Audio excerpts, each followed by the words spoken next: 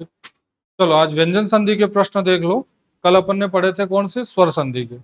एक एक प्रश्न आएगा, ढंग से पढ़ना, चारों विकल्पों पे आप सोचना, उसके बाद उत्तर देना है।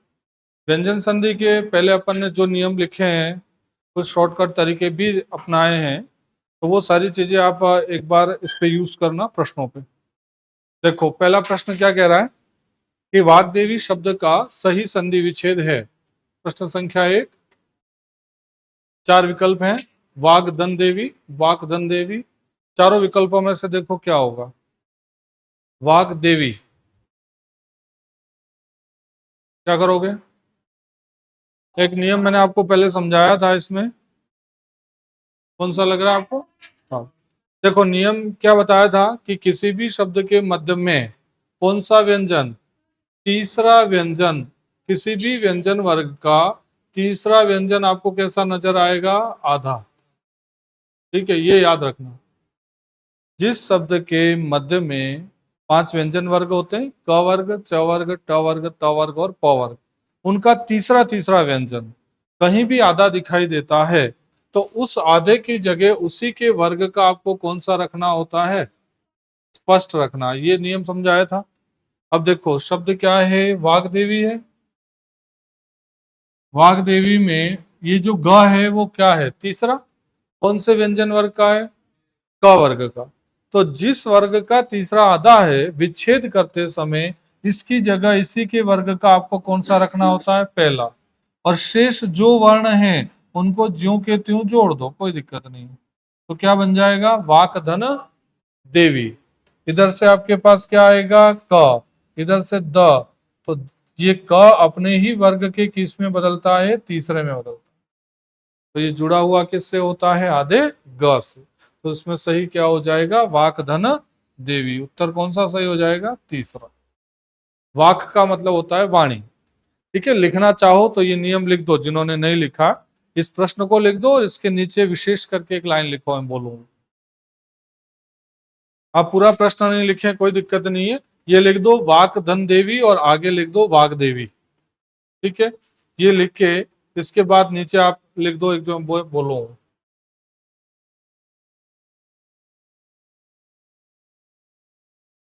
फिर विशेष करके एक नोट लिख दो, यदि यदि किसी शब्द के मध्य में, यदि किसी शब्द के मध्य में किसी व्यंजन वर्ग का, किसी शब्द के मध्य में किसी व्यंजन वर्ग का तीसरा व्यंजन, तीसरा व्यंजन नजर आता है, तीसरा व्यंजन आधा नजर आता है, तो तो विच्छेद करते समय, विच्छेद करते समय आधे के स्थान पर, विच्छेद करते समय आधे के स्थान पर उसी के वर्ग का, उसी के वर्ग का पहला व्यंजन लिखेंगे, उसी के वर्ग का पहला व्यंजन लिखेंगे। देखो अभी आगे और भी ऐसे प्रश्न आएंगे, तब आप इस बात को याद रखना। जैसे ही तीसरा आधा नजर आता है, उसकी जगह उसी के वर्ग का कौन सा रखना है? पहला। ठीक, दूसरा प्रश्न चेक करो। षडानन का, षडानन की सही संधि विच्छेद है। षडानन का सही संधि विच्छेद है। देखो षडानन शब्द का विच्छेद क्या होगा? अब इसमें भी क्या दिख रहा है? तीसरा दिखाई दे रहा है किसी व्यंजन वर्ग का, क्योंकि ट ठ ड, अगर ड दिख रहा है, ड कौन सा है? तीसरा। तो जब किसी शब्द में किसी भी व्यंजन वर्ग का कौन सा दिखे? तीसरा, तो तीसरे की जगह उसी के वर्ग का कौन सा रखना है? पहला। क्योंकि न सॉरी क नहीं आएगा, ड किस वर्ग का है? ट वर्ग का। तो ड की जगह क्या आ जाएगा? ट। तो यहाँ पर क्या हो जाएगा? षट धन और ड के साथ स्वर क्या है? आ। तो क्या हो जाएगा बताओ, उत्तर क्या होगा? देखो ऐसा कोई भी शब्द आता है, तो आपको ये चेक करना है कि इसमें किसी व्यंजन वर्ग का तीसरा व्यंजन है क्या। तो तीसरा कौन सा दिखाई दे रहा है, ड। तो तोड़ते समय ड की जगह इसी के वर्ग का कौन सा रखना है, पहला। ड कौन से वर्ग का है, ट वर्ग का। तो बस इस ड की जगह ट रख दो, शेष जो है ज्यों का त्यों। और ये मात्रा किसकी है, आ की, तो यहाँ पे लिख दो आ, और आगे जो बचा जो जोड़ दो। तो क्या हो जाएगा, षट धन आनन हो जाएगा। षट का मतलब कितने होते हैं, छ। और आनन का मतलब क्या होता है, आनन का मीनिंग होता है मुख। तो छह मुख। अगर षडानन में आपसे समास पूछा जाए, संधि पूछे तो कौन सी करोगे, व्यंजन।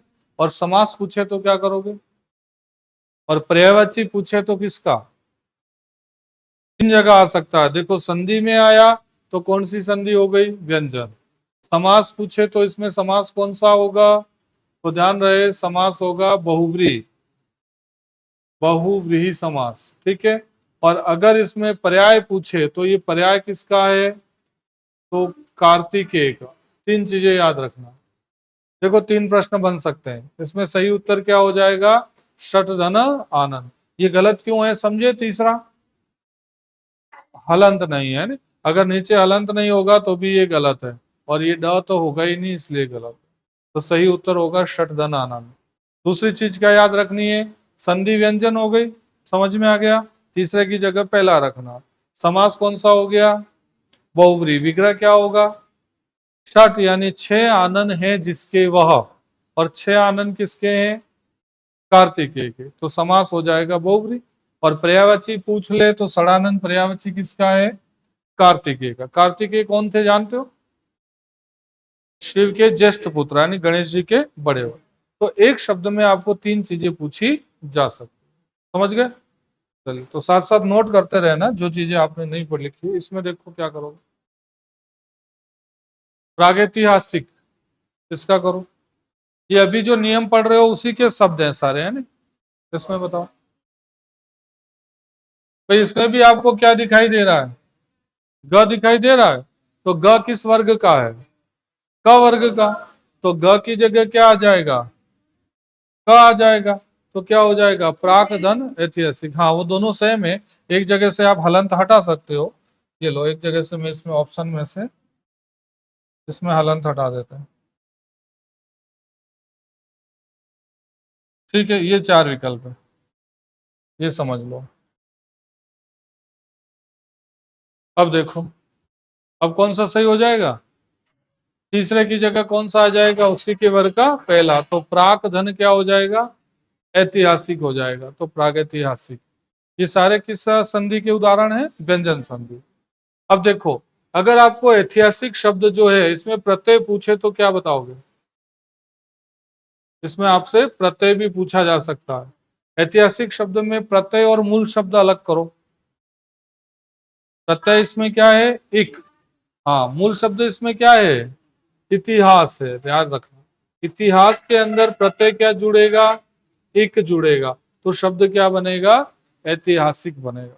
और ये प्रत्यय किस प्रकार का है, क्योंकि अपन ने पढ़े थे प्रत्यय दो प्रकार के पढ़े, एक कृत पढ़ा और एक तद्वित पढ़ा है, ठीक है।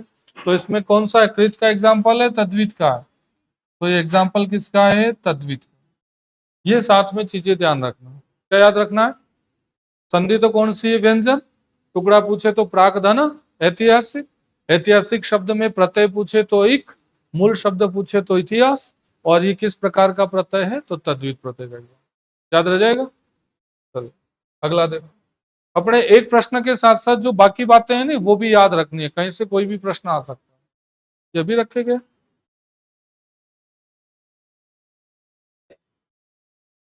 चौथा बस वाला नहीं।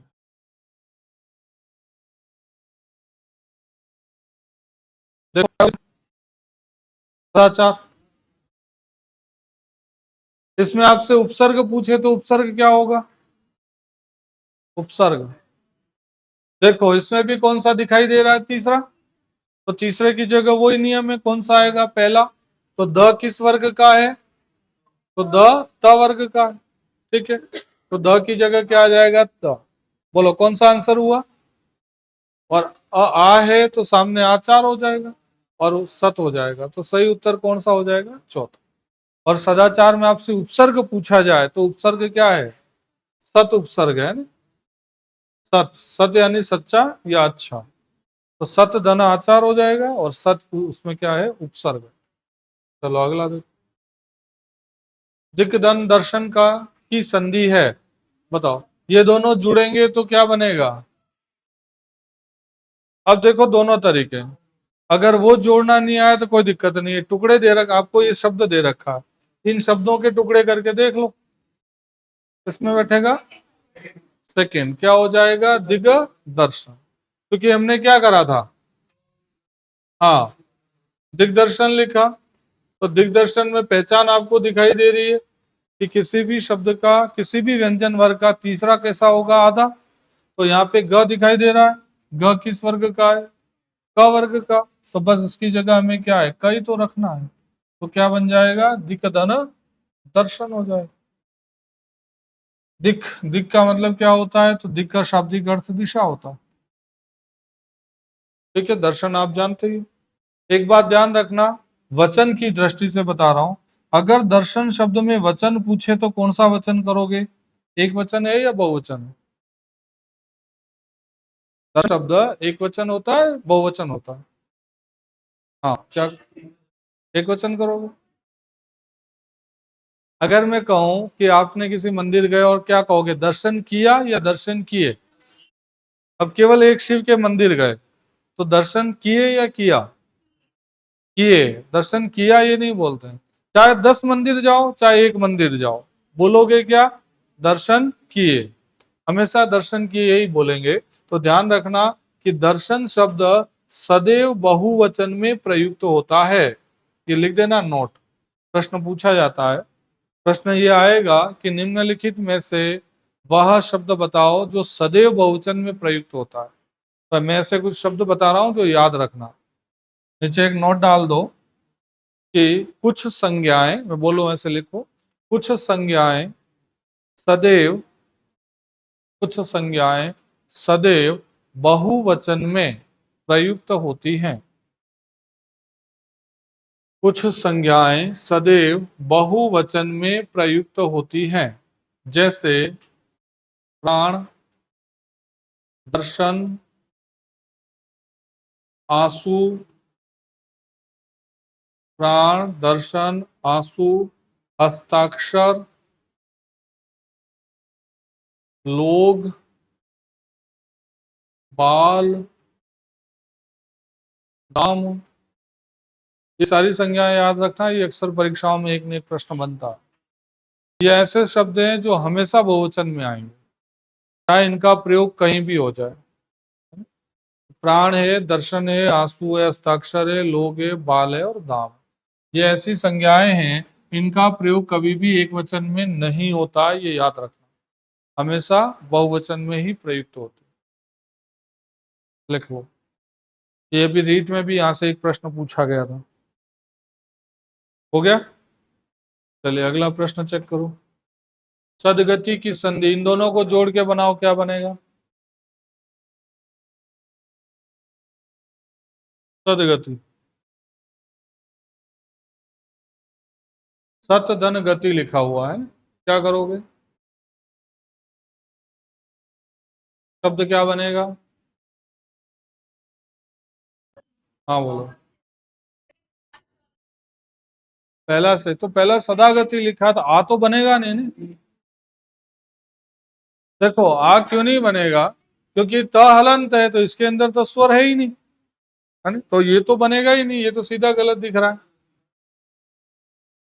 हाँ, ये बनेगा कौन सा? सदगति होगा। कैसे होगा? देखो, शब्द ये लो आप, सदगति, ये वही नियम तो है जो मैंने अभी समझाया आपको। अब सदगति में द आधा है नहीं है, तो आधे की जगह रखना क्या है? भाई उसी के वर्ग का पहला ही तो रखना है। तो द किस वर्ग का है? द वर्ग का। तो द की जगह आपको क्या रखना है? त ही तो रखना है। इधर जो है वो है सतधन, क्या हो जाएगा? गति हो जाएगा। इसमें आपको उपसर्ग पूछा जाए तो क्या है? सत उपसर्ग। ये ध्यान रखना, उपसर्ग पूछे तो सत कर देना, ये उपसर्ग है। और सही उत्तर क्या हो जाएगा? सत धन गति बराबर सदगति बनता। अगला देखो, वरहदारण्यक, ठीक है, का सही संधि विच्छेद है, इसके टुकड़े करो। आपको सेकंड लग रहा है, बाकी लोग भी देखो क्या लग रहा है, क्या करोगे? सेकंड ही होगा। क्यों होगा? क्योंकि यहाँ क्या दिखाई दे रहा है? द दिखाई दे रहा है, तो द की जगह आप क्या रखोगे? तो बस व्यंजन संधि में ये ध्यान रखना है कि पहला खंड जो भी होगा हमेशा हलंत होगा। पहले खंड हमेशा क्या होते हैं? हलंत। अगर ये हलंत नहीं लगाओगे तो ये विकल्प क्या हो जाएगा? गलत हो जाएगा।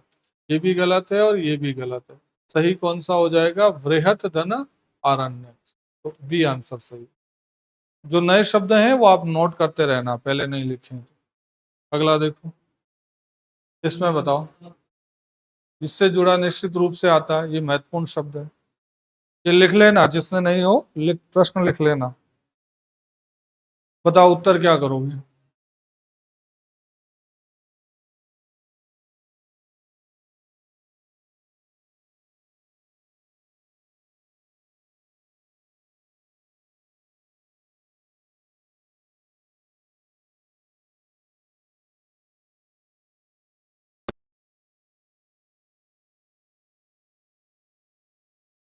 क्या करोगे?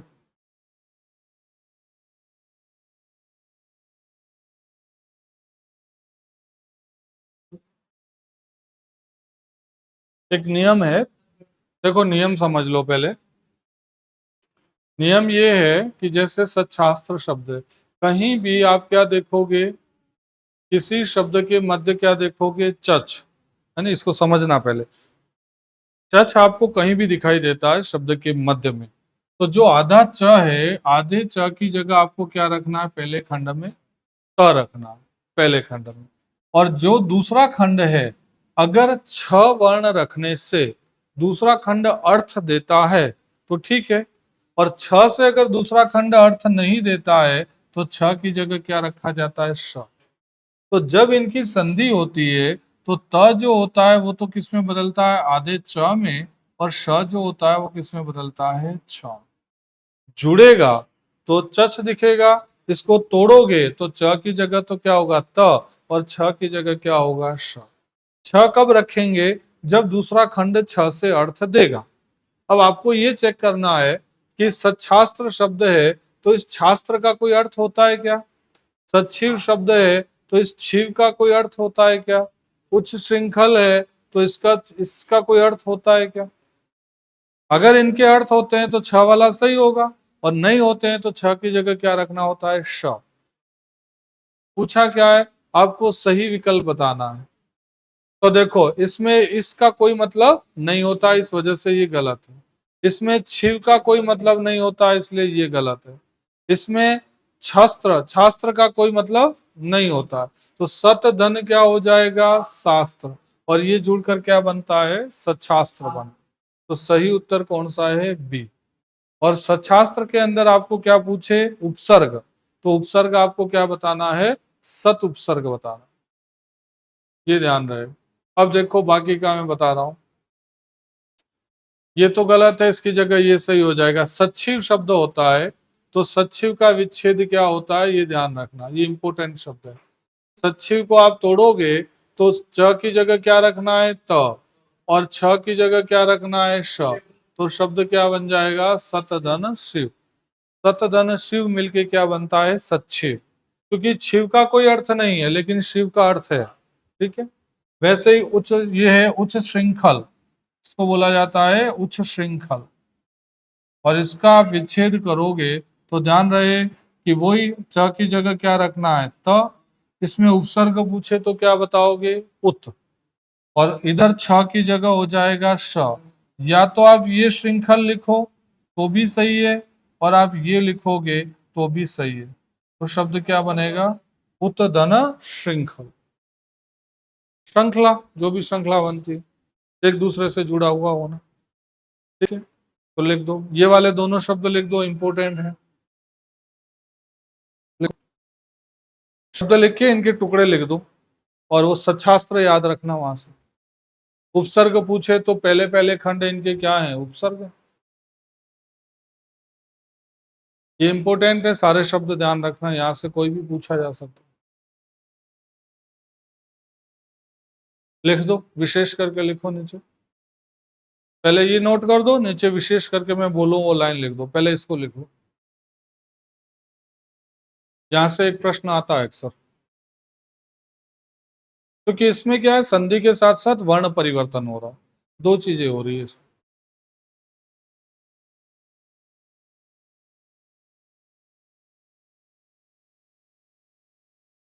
लिखो विशेष करके। सामान्यतः सामान्यतः किसी शब्द के मध्य में सामान्यतः किसी शब्द के मध्य में चच नजर आता है। किसी शब्द के मध्य में चच, ये वाला, नजर आता है, तो तो विच्छेद करते समय विच्छेद करते समय विच्छेद करते समय पहले खंड में च, च इन्वर्टेड कॉमा में और हलंत च, तो विच्छेद करते समय पहले खंड में च, च इन्वर्टेड कॉमा में और हलंत च के स्थान पर त, च के स्थान पर त इन्वर्टेड कॉमा में और हलंत त लिखेंगे लिखेंगे तथा तथा दूसरा खंड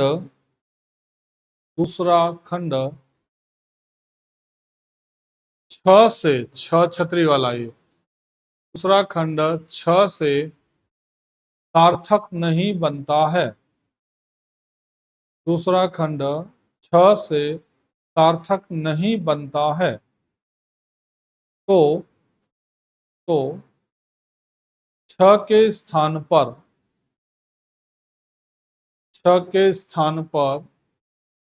श, ये शंकर वाला, छ के स्थान पर श लिखते हुए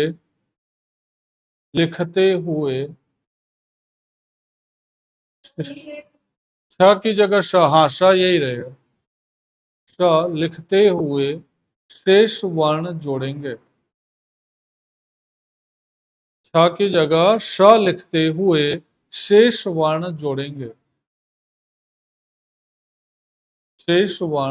जोड़ेंगे, ठीक है, ये नियम, यही किया अपन ने।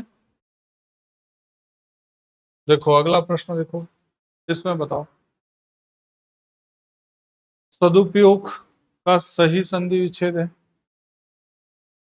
वही जो अभी पहले नियम बताया। क्या लिखोगे? पहला होगा क्या? पहला गलत है, सद सद का कोई मतलब नहीं होता। दूसरा भी नहीं होगा। तीसरा होगा सत धन उपदेश, सदुपदेश, क्योंकि सत इसमें क्या है, उपसर्ग है, और द था तो द की जगह क्या आ गया, त आ गया, बस वही बात। तो ये हो जाएगा सत धन उपदेश बराबर सदुपदेश। उपसर्ग पूछे तो क्या बताना है, इसमें सत बताना, ये जरूर ध्यान रहे। ये देखो संस्कृत का सही संधि विच्छेद है, इसमें बताओ। संस्कृत, देखो ऐसे में हमेशा ध्यान रखना, जब भी आपके सामने ऐसे कोई शब्द आते हैं जिसमें पहले या दूसरे वर्ण पर अनुस्वार लगा हुआ हो, पहले या दूसरे वर्ण पर क्या लगा हुआ हो, अनुस्वार, तो अनुस्वार की जगह तोड़ते समय आपको क्या रखना है, म रखना है, बस और कुछ नहीं करना। तो इस स के बाद में क्या रख दोगे, इसकी जगह म रख दोगे, तो क्या बन जाएगा, समधन कृत हो जाएगा, समधन कृत संस्कृत। इस स का लोप हो जाता है और अनुस्वार म में बदल जाता है, तो समधन कृत। इसमें उपसर्ग पूछे तो क्या बताओगे, सम बताओ। ये लिख दो नोट डाल के एक नियम इसके प्रश्न के साथ, ताकि ध्यान रहेगा। जिन्होंने पहले नहीं पढ़ा वो लिख लो। सामान्यतः सामान्यतः किसी शब्द के, सामान्यतः किसी शब्द के पहले या दूसरे, पहले या दूसरे वर्ण पर, पहले या दूसरे वर्ण पर अनुस्वार लगा हुआ हो, अनुस्वार लगा हुआ हो, तो तो विच्छेद करते समय, विच्छेद करते समय अनुस्वार के स्थान पर, विच्छेद करते समय अनुस्वार के स्थान पर म, अनुस्वार के स्थान पे म इन्वर्टेड कॉमा में और हलंत म लिखेंगे, लिखेंगे शेष खंड, शेष खंड ज्यों का त्यों प्रयुक्त होगा, शेष खंड ज्यों का त्यों प्रयुक्त होगा। अभी ऐसे शब्द और भी आएंगे, आप चेक करना। सिर्फ अनुस्वार की जगह क्या रख, शेष ज्यों का त्यों, बाकी में कोई बदलाव नहीं।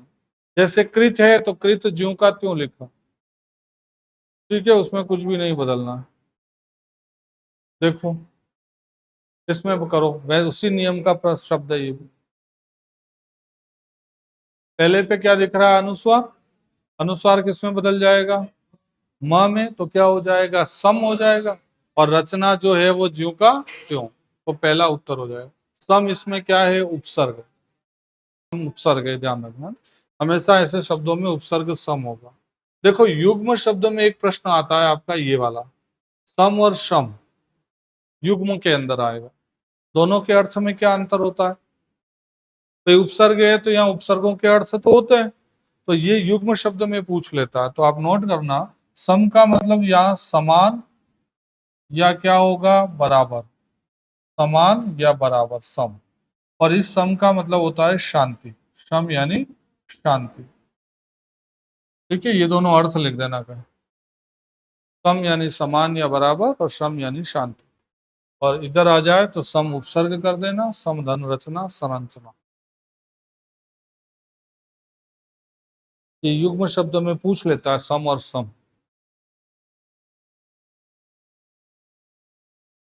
हो गया, अगला देखो, निम्नलिखित इस क्रमांक में संधि का सही प्रयोग नहीं हुआ है। यहाँ क्या पूछ रहा है, नहीं पूछ रहा है।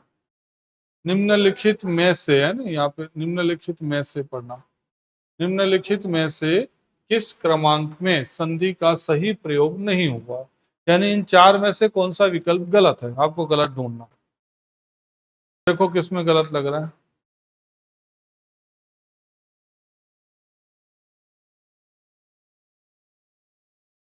शब्द भी दे रखे हैं साथ साथ, आपको चेक करना पहला। दूसरा क्या है, उत्दन मिलन, क्या बनता है, उन्मीलन, ये सही है। इसमें उपसर्ग पूछा जाए तो क्या है, उत्दन नयन उन्नयन, इसमें उपसर्ग पूछा जाए तो क्या हो जाएगा, उत। और तन्मय तत्धन मय, ये भी सही है। तत् क्या होता है, उपसर्ग होता है। गलती किसमें है, पहले में, पहले में क्या गलती है, तो पहला सही उत्तर है आपका, क्योंकि इसमें गलत है। और गलती किस चीज की है कि ये क्या लिखा है, षडमुख, तो षडमुख शब्द नहीं होता है ना। शब्द क्या होता है, षट धन मुख, तो षणमुख होता है ना, षणमुख शब्द हो जाएगा। शब्द क्या बनेगा, षणमुख बनेगा। षणमुख भी किसका पर्यायवाची है, बताओ, अभी पढ़ा था नहीं, षडानन, षडानन कह दो, षणमुख कह दो, क्षण मातुर कह दो, कार्तिकेय कह दो, ये सब उसी के पर्यायवाची। तो यहाँ पे षणमुख लिखा है जो गलत है, बल्कि क्या हो जाएगा, षणमुख हो जाएगा। और अणा की जगह क्या आ जाएगा, ट आ जाएगा। तो इसलिए इसकी जगह ये सही लिख दो। बाकी तीनों जो है वो क्या है, सही है। और ये पहले पहले खंड जो है इनके की क्या हो जाएंगे, ये इसमें पूछे तो उपसर्ग करा। अगला देखो, निम्नलिखित में से किस क्रमांक में सही संधि का उदाहरण नहीं है, यहाँ भी सही नहीं है, ये पूछा गया है। ठीक है, इस क्रमांक में संधि का उदाहरण सही नहीं है, गलत कौन सा आपको ढूंढना है, इसमें ढूंढो कहाँ गलती लग रही है।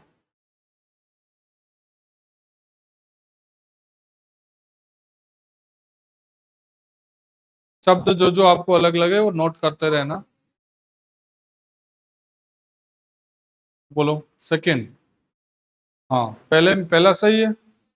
देखो हमेशा ध्यान रखना कि किसी भी शब्द के मध्य में आपको क्या दिखाई देता है, आधा त मध्य में, तो तोड़ते समय इसकी जगह पर क्या आना चाहिए, आधा द आना चाहिए, ये नियम है। और आधे त की जगह हमेशा क्या आएगा, आधा द आएगा। अब यहाँ पर त दिख रहा है तो पहले खंड में द आ रहा है, मतलब ये तो क्या है, सही, इसमें कोई गलती नहीं है। यहाँ पे त दिख रहा है और यहाँ पर भी क्या दिख रहा है, त, जबकि वहां त की जगह क्या होना चाहिए था, द होना चाहिए था। यहाँ त दिख रहा है तो यहाँ क्या आ रहा है, द, तो ये भी सही है। और यहाँ त दिख रहा है तो यहाँ क्या दिख रहा है, द, ये हलंत होगा, ध्यान रहे। और ये भी क्या है, सही। तो आपको गलत पूछा है तो गलत कौन सा हो जाएगा, बी। जब भी मध्य में क्या दिखे, आधा त, तो टुकड़ा करते समय पहले खंड में क्या आता है, द आता है। और ये अक्सर ये द हलंत कर देना है। संसद धन सदस्य क्या बनता है, संसद सदस्य बनता है। अगला देखो, इसमें ढूंढो निम्नलिखित में से किस क्रमांक में सही संधि का उदाहरण नहीं है। इसमें भी गलत ढूंढना है, कौन सा गलत लग रहा है, देखो कौन सा गलत लग रहा है।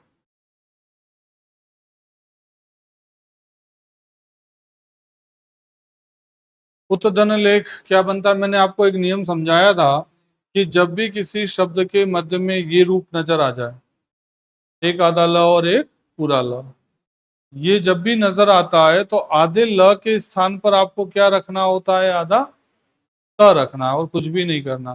तो देखो यहाँ पे आधा ल और पूरा ल दिख रहा है, तो तोड़ेंगे तो आधे की जगह त, तो उत्तधन लेख ये सही है। इसमें उपसर्ग पूछा जाए तो क्या है, उत उपसर्ग। इसमें भी यही रूप दिख रहा है तो उत इसमें भी उपसर्ग हो जाएगा, ये भी सही है। इसमें भी एक आधा ज और एक पूरा ज, ये भी बताया था, तो आधे ज की जगह क्या आ जाएगा, त आ जाएगा। तो इसमें भी इसकी जगह त लिखा हुआ है, ये भी सही है। तो गलती किसमें है, चौथे में। चौथा शब्द क्या हो जाएगा, गलत।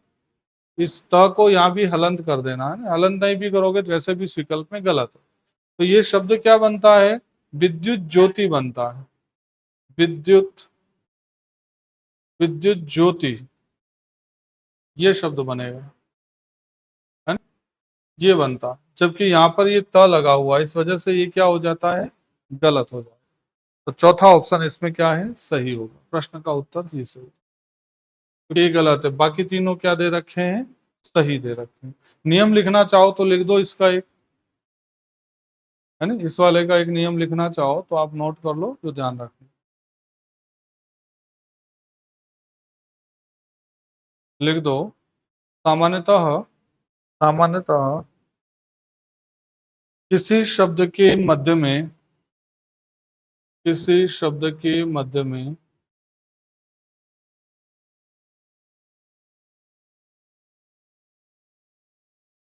यह रूप, ये दोनों रूप लिखना, सामान्यतः किसी शब्द के मध्य में यह रूप, ये दोनों रूप, मध्य में यह रूप, एक आधा ल एक पूरा ल, एक आधा ज एक पूरा ज, यह रूप नजर आता है, नजर आता है, तो तो विच्छेद करते समय, विच्छेद यानी तोड़ते समय, विच्छेद करते समय ल, ल इन्वर्टेड कोमा में और हलंत, और ऑब्लिक करके ज भी इन्वर्टेड कोमा में और हलंत, विच्छेद मतलब समझ गए, दोनों आधे आधे, हलंत कर दिया मतलब क्या हो गया, आधा, यानी दोनों आधे। ल ज के स्थान पर, के स्थान पर त, त इन्वर्टेड कोमा में और हलंत, ल ज के स्थान पर त लिखेंगे, लिखेंगे शेष खंड, शेष खंड ज्यों का त्यों, शेष खंड ज्यों का त्यों प्रयुक्त होगा। ठीक है, उसमें कोई बदलाव नहीं करना। देखो इसमें अगला प्रश्न, इसमें क्या करोगे? निम्नलिखित किस क्रमांक में सही संधि का उदाहरण, इसमें सही ढूंढना है। तीन गलत हैं, कोई एक सही है, कौन सा सही लग रहा है? देखो, ये नियम मैंने अभी बताया आपको पहले ही। इसमें सही ढूंढो।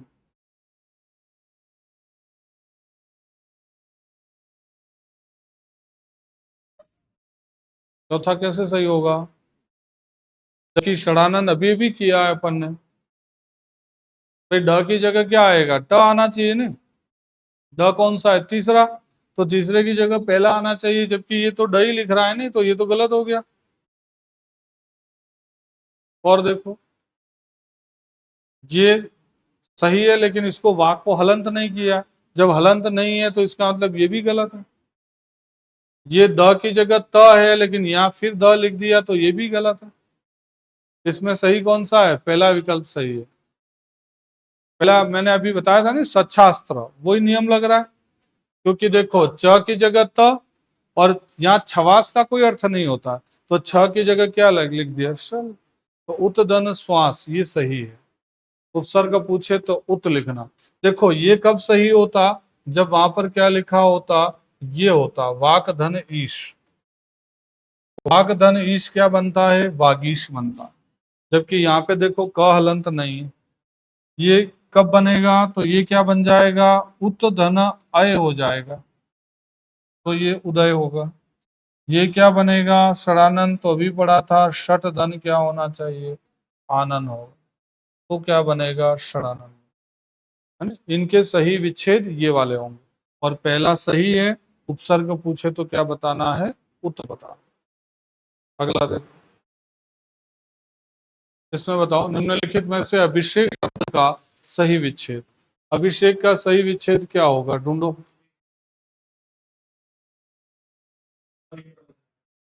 अगर शब्द में षट्कोण वाला श है तो वो श परिवर्तित हो जाएगा, और कुछ नहीं। है ना? ये श है, तो इस स की जगह कौन सा श आ जाएगा? ये आ जाएगा। तो सही उत्तर इसमें कौन सा होगा? अभिधन से। इसमें उपसर्ग पूछा जाए तो क्या है? अभी। अब षट्कोण वाला श देखते हैं किसी भी शब्द में, तो उसकी जगह स को श में परिवर्तित करना, और कुछ नहीं करना। यानी ये जो श होता है, अपने उच्चारण स्थान में पढ़ा है। ये श कहाँ पढ़ा था? मुरीट रस। यानी ये जो षटकोण वाला श आप कह रहे हो, ये श कौन सा होता है? मूर्धन्य होता है। इसको मूर्धन्य बोलते हैं, क्योंकि इसका उच्चारण स्थान क्या होता है? मूर्धन्य। और ये जो श है, इसको अपन ने कहाँ पढ़ा था? तो तलाश में। तलाश किसको होती है? तो दांतों को। तो ये जो श होता है, इसको हम क्या कहते हैं? दंत कहते हैं। तो जब किसी शब्द में मूर्धन्य दिखाई देता है, तो तोड़ते समय मूर्धन्य किस में बदलता है? दंत में परिवर्तित होता है। ये नियम होता है। तो जैसे ये श देखा, इसकी जगह ये श रहा। बाकी ज्यों का त्यों, कोई बदलाव नहीं। इसमें देखो, सही संधि का उदाहरण, इसमें भी सही ढूंढना है। तीन गलत है, एक सही दे रखा है। देखो,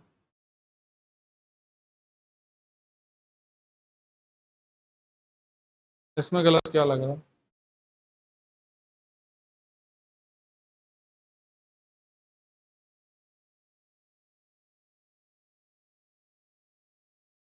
देखो, ये तीनों गलत हैं।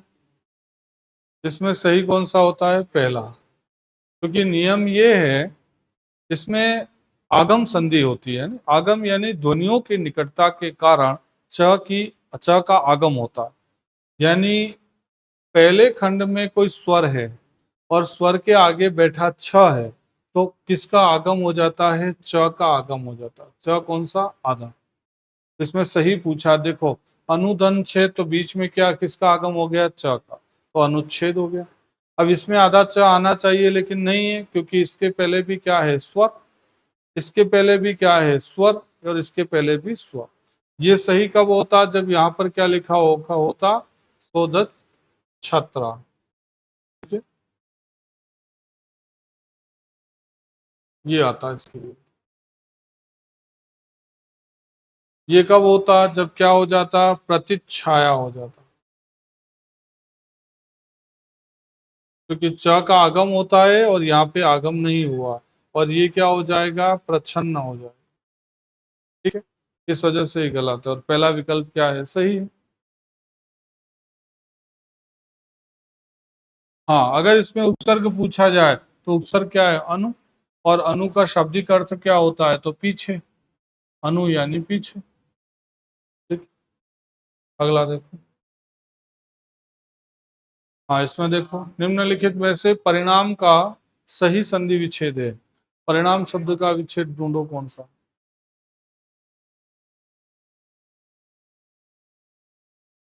संस्कृत का जो अणा होता है वो हिंदी में किसमें बदलता है, न। आप ये ध्यान रखना कि री, र और श, इसके बाद री, र और श, ये कहीं भी आपको दिखते हैं, और इसके बाद में अगर कहीं भी क्या होता है तो न का प्रयोग होता है। अणा होता है तो अणा किसमें बदल जाता है, न। तो शब्द में अणा है तो यहाँ क्या होना चाहिए, न होना चाहिए। तो क्या करोगे, पहला परिधन नाम क्या हो जाएगा, परिणाम। यहाँ अणा का अणा रखा है इसलिए ये गलत है, ये विसर्ग लगा दिया इसलिए गलत। शब्द में अणा है तो जब टुकड़ा करेंगे तो अणा किसमें होगा, न में बदल जाएगा, तो परिधन नाम हो जाएगा परिणाम। इसमें देखो, निम्नलिखित में से सुसुप्ति, ये मैंने अभी बताया, ये श कौन सा दिख रहा है, मूर्धन्य, तो मूर्धन्य की जगह कौन सा होना चाहिए, दंत। कौन सा सही करोगे, चौथा। ये तो मूर्धन्य का मूर्धन्य रख दिया, गलत हो गया। ठीक है, ये भी गलत है, ये भी गलत है, तो सही कौन सा हो जाएगा, सुधन सुप्ति। इसमें सु जो है वो क्या है, उपसर्ग। इस नियम के कुछ अपवाद लिखवा रहा हूं, है ना, वो अपवाद लिख दो यहाँ पे, अपवाद लिख दो। अपवाद इसलिए लिखने कि अगर शब्द के अंदर मूर्धन्य श है तो वो दंत श में परिवर्तित होगा, लेकिन शब्द में ही दंत है तो फिर परिवर्तन करने की जरूरत नहीं रहेगी। जैसे देखो, शब्द होता है विसर्ग, तो विसर्ग में स पहले से कौन सा है, तो बदलना नहीं है, सिर्फ उपसर्ग अलग करना। तो इसका विच्छेद क्या होता है, वी धन सर्ग हो जाएगा, कुछ नहीं बदलेगा। उसमें उपसर्ग पूछे तो क्या कर देंगे, वी कर देंगे। जैसे अनुसार शब्द होता है, अनुसार, अनुसार में स यही दे रखा है, तो आपको सिर्फ अलग क्या करना है, उपसर्ग। अनुधन क्या हो जाएगा, सार। एक शब्द आता है जैसे विस्मरण, तो इसमें भी क्या करना है, विधन स्मरण करना है, सिर्फ उपसर्ग और कुछ नहीं करना है। ठीक है, विसर्जन आ जाए, ऐसे शब्दों का ध्यान रखना, तो ये भी क्या हो जाएगा, विधन सर्जन हो जाएगा, बस, और कहीं कोई बदलाव नहीं हो, ऐसे कराना। ये इसके क्या है, अपवाद रूप है। पहले पहले जो लिखे हैं वो सारे क्या हैं, उपसर्ग हैं। इन शब्दों में उपसर्ग पूछे तो यही करना। अच्छा, अनुसार में कभी कभार समास पूछ लेता है, तो जब अनु उपसर्ग है तो समास कौन सा हुआ, मैंने आपको बताया था कि उपसर्गों से कुछ शब्द बनते हैं, तो समास कौन सा बनता है, अनु उपसर्ग है तो उपसर्ग का प्रयोग कौन से समास में होता है, तो अविभाव समास में होता है, ध्यान रखना। अनुसार शब्द में आपको समास पूछा जाए तो समास कौन सा बताएंगे, अविभाव। ये परीक्षा में आता है, ध्यान रखना। अनुसार शब्द में समास है अविभाव, और विग्रह पूछे तो क्या लिखेंगे, जैसा सार है वैसा, जैसा सार है वैसा, ये इसका विग्रह होता है। ठीक है, और समास का नाम पूछे तो अविभाव। संधि पूछे तो किस संधि का अपवाद है, व्यंजन संधि, व्यंजन। उपसर्ग पूछे तो अनु। इसमें देखो, निम्नलिखित में से किंचित शब्द क्या है, किंचित शब्द का सही संधि विच्छेद। ये वही नियम है अनुस्वार वाला, अभी बताया था नहीं, अनुस्वार लगा हुआ। हाँ, तो क्या हो जाएगा, जब अनुस्वार है तो किम धन चित हो जाएगा। कौन सा आंसर आ जाएगा, थर्ड, क्योंकि अनुस्वार किसमें बदल रहा है, केवल म में बदल रहा है। इसमें देखो, षड्यंत्र, षट धन यंत्र जुड़ा तो शब्द क्या बन जाएगा, षड्यंत्र बन जाएगा, ये गलत है। ये भी वही है ना, षट धन, ड है तो ड किसमें बदल जाएगा, अपने ही पहले में बदल जाएगा। अगला देखो, उद्घाटन है ना, ये कई बार परीक्षाओं में पूछा गया है। तो द आधा दिखाई दे रहा है, तो उसकी जगह क्या आ जाएगा, त आ जाएगा। तो क्या हो जाएगा, उत्तधन। उपसर्ग पूछे तो उपसर्ग क्या है, उत हो जाएगा। अगला ये लिख लेना, उद्घाटन है ना, व्यंजन संधि होगी, उत उपसर्ग होगा। इसमें देखो, जगदम्बा, जगदम्बा का विच्छेद करो, कौन सा हो जाएगा, तीसरा। क्योंकि द है तो द की जगह क्या आ जाएगा, वही था, जगत धन अम्बा, जगदम्बा। देखो, पूछा जाता है, एक तो जगत ये होता है और एक जगत ये होता है, इन दोनों के अर्थ में अंतर जानते हो। हलंत है, एक हलंत नहीं है, युग्म शब्द में आता है। जगत और जगत दोनों। और दूसरा, संसार किसका लिखें, पहले का दूसरे का,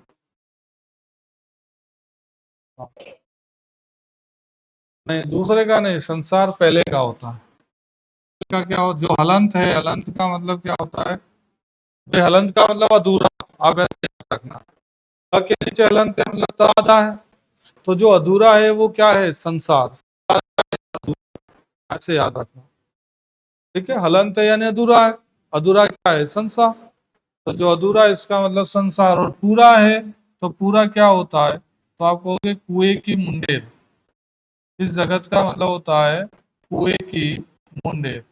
और ऑप्शन में कुएं की मुंडेर नहीं आए तो चबूतरा भी आ सकता है, चबूतरा कहो या कुएं की मुंडेर। तो ऐसे याद रखना कि संसार अधूरा होता है और कुएं की मुंडेर पूरी होती है। मुंडेर मतलब समझ गए, कुएं के ऊपर की बाउंड्री। तो जगदम्बा जगत जगदम्बा हो जाए, यानी संसार हो गया। अम्बा का मतलब माता होता है, जगत की माता। इसमें देखो, उन्मूलन क्या करोगे, ये भी नियम आप ध्यान रखना कि दो पांचवे एक साथ कहीं भी आ जाए, पांचों व्यंजन वर्ग के कौन से पांचवे, पांचवे दो पांचवे क्रमशः कहीं भी आते हैं किसी भी शब्द के मध्य में, तो जो पहला पांचवा दिखाई दे रहा है इसकी जगह इसी के वर्ग का कौन सा रखना है, पहला। भाई न भी पांचवा है और म भी पांचवा, त थ द ध न, न कौन सा पांचवा, प फ ब भ म कौन सा पांचवा। तो कोई भी पांचवे दोनों एक साथ आ गए, तो इधर से जो पहला पांचवा आ रहा है ना, इसके वर्ग का इसकी जगह कौन सा रख देना, पहला। तो न कौन से वर्ग का है, स वर्ग का, तो क्या हो जाएगा बस, उत धन क्या हो जाएगा, मूलन। ये सही हो जाएगा पहला। इसमें क्या है, उपसर्ग पूछे तो उत बता दें, लिख लो ये नियम इसका, है ना। पांचवे कौन से होते हैं मैं यहाँ लिख देता हूँ, अंग, इय, अण, न और म। नियम लिख दो, किसी शब्द के मध्य में, किसी शब्द के मध्य में, किसी शब्द के मध्य में क्रमशः, क्रमशः मतलब एक के ठीक बाद एक, क्रमशः पंचमा अक्षर, किसी शब्द में के मध्य में क्रमशः पंचमा अक्षर, पंचमा अक्षर, हाँ क्रमशः पंचमा अक्षर, कोष्टक में ये पांचों लिख दो, पंचमा अक्षर।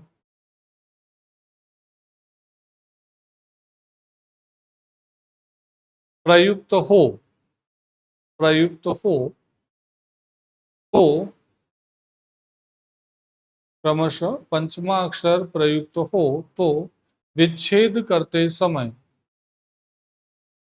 विच्छेद करते समय, विच्छेद करते समय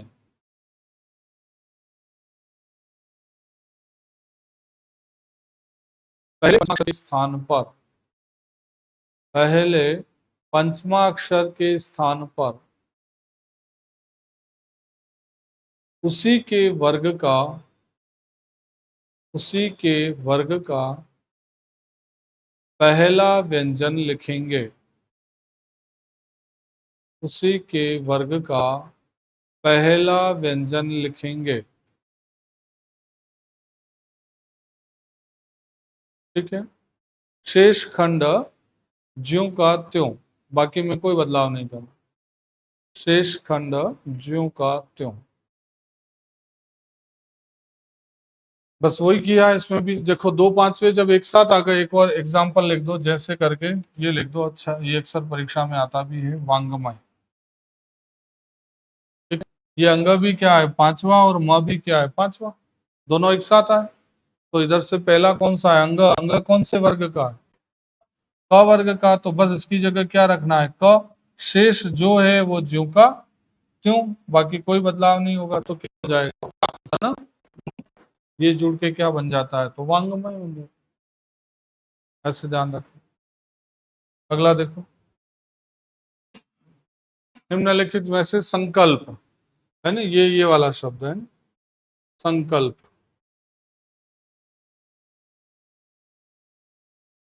संकल्प का संधि विच्छेद करो। ये कोई अनुस्वार वाला नियम है। देखो पहले वर्ण पर अनुस्वार दिख रहा है, तो अनुस्वार किसमें बदल जाता है, अनुस्वार किसमें बदलेगा, म में। तो कौन सा सही हो जाएगा, सम, है ना, कल्प। सम इसमें क्या हो जाएगा, उपसर्ग हो जाएगा।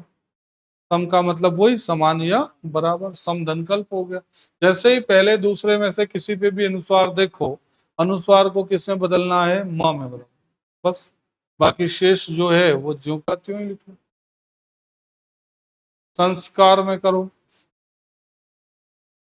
संस्कार क्या हो जाएगा, अनुस्वार म में बदल जाएगा, आदेश का लोप हो जाएगा। तो क्या बनेगा, समधना कार, ये भी हो गया संस्कार। सम इसमें भी क्या है, उपसर्ग करके आना। अगला देखो, धुरंधर, इसमें बताओ, धुरंधर।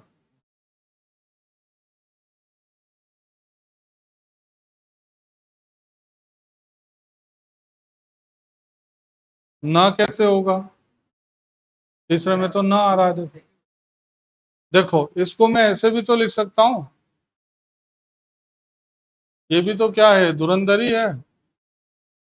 कंफ्यूज मत होना, मैंने क्या कहा था, पहले पे अनुस्वार लगे या दूसरे पे अनुस्वार लगे।